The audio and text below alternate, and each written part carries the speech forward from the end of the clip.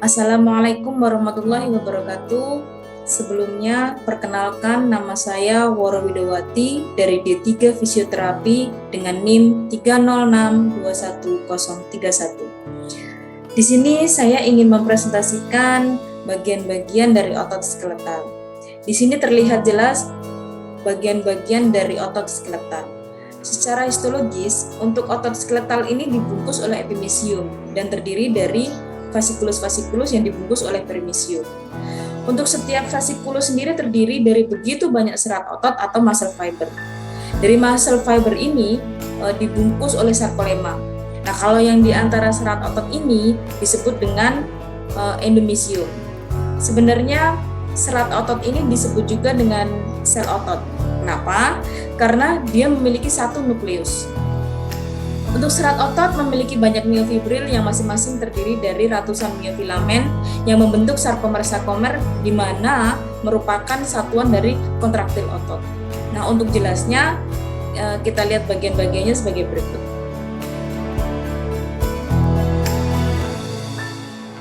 Untuk bagian yang pertama ada sarkolema. Sarkolema ini merupakan membran yang melapisi suatu sel otot yang fungsinya sebagai pelindung otot. Secara umum, sarkolema ini bersifat transparan, kenyal, dan juga resisten terhadap asam dan alkali. Untuk serabut-serabut otot skeletal yang bergabung ini membentuk berkas serabut otot primer yang disebut dengan vasikulus, yang mana dibalut oleh jaringan ikat kolagen pekat atau endomysium. Nah, ada 5 sel utama yang bisa dijumpai dalam vasikulus, yaitu ada serabut otot, kemudian sel endotel, perisit, fibroblast, dan juga miosatelit. Kemudian bagian yang kedua ada sarkoplasma. Sarkoplasma ini merupakan cairan sel otot yang fungsinya sebagai tempat di mana miofibril dan miofilamen berada. Untuk sarkoplasma ini mengandung organoida, mitokondria, ribosom, aparatus Golgi, miofibril, dan juga retikulum endoplasmik. Selain itu, ada pula enzim sitokrom oksidatif.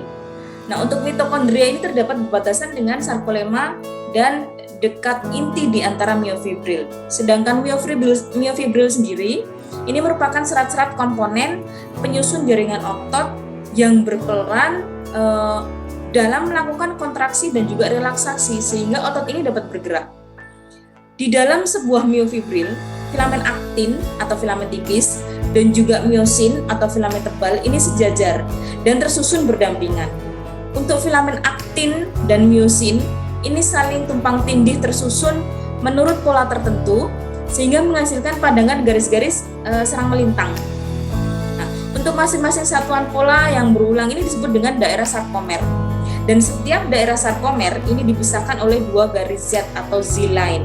Sarkomer ini merupakan unit fungsional otot rangka karena mampu berkontraksi. Untuk garis Z atau Z-line ini merupakan tempat menempelnya filamen-filamen aktin. Untuk filamen-filamen miosin dengan kepalanya yang menonjol terletak di antara filamen aktin dan tidak menempel pada Z-line atau garis Z. Untuk daerah yang terang itu disebut dengan pita I atau isotrop. Ini hanya memiliki filamen aktin atau filamen tipis. Untuk daerah yang gelap disebut pita A atau anisotrop. Ini memiliki filamen tipis dan tebal atau miosin. Nah, pita I ini dibagi menjadi 2 garis Z dan pita A dibagi oleh zona H atau zona H. Di situ ada pita I, zona H. Pada zona H hanya terdapat filamen tebal atau miosin. Kemudian kita lihat bagian yang berikutnya ada miofilamen.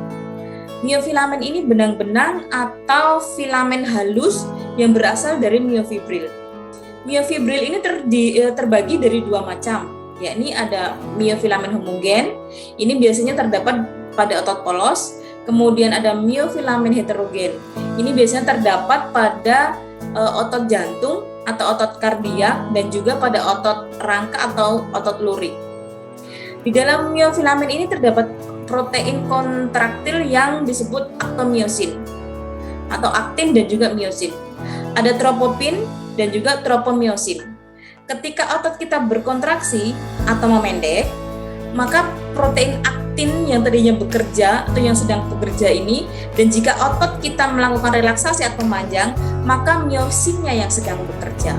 Jadi ketika memendek, maka protein aktin yang bekerja, kemudian ketika relaksasi atau memanjang, maka miosinnya yang bekerja. Kemudian untuk cara kerja kontraksi otot itu seperti apa? Kita lihat pada bagian gambar berikutnya.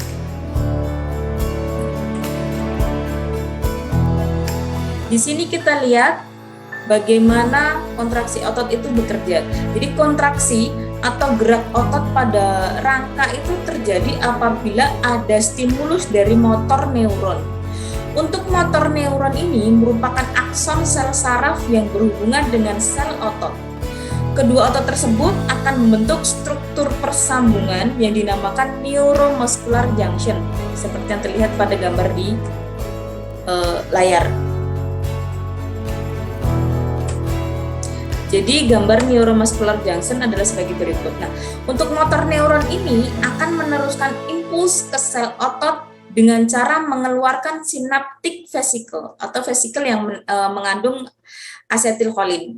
Nah, dari akson terminal ke synaptic cleft atau celah persambungan akson terminal dengan motor dan plate.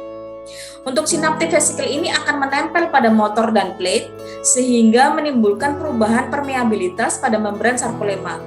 Atau dengan kata lain, ion natrium ini masuk dan kalium keluar, kemudian terjadi depolarisasi. Adanya perubahan tersebut membuat terminal sisternae ini mengeluarkan kalsium yang selanjutnya berperan dalam pergeseran thick dan thin filamen sehingga menimbulkan suatu gerakan atau kontraksi. Dalam hal ini adalah pemendekan sarkomer. Demikian presentasi singkat dari saya tentang bagian-bagian otot skeletal dan juga cara kerja kontraksi otot. Kurang lebihnya saya mohon maaf. Wassalamualaikum warahmatullahi wabarakatuh.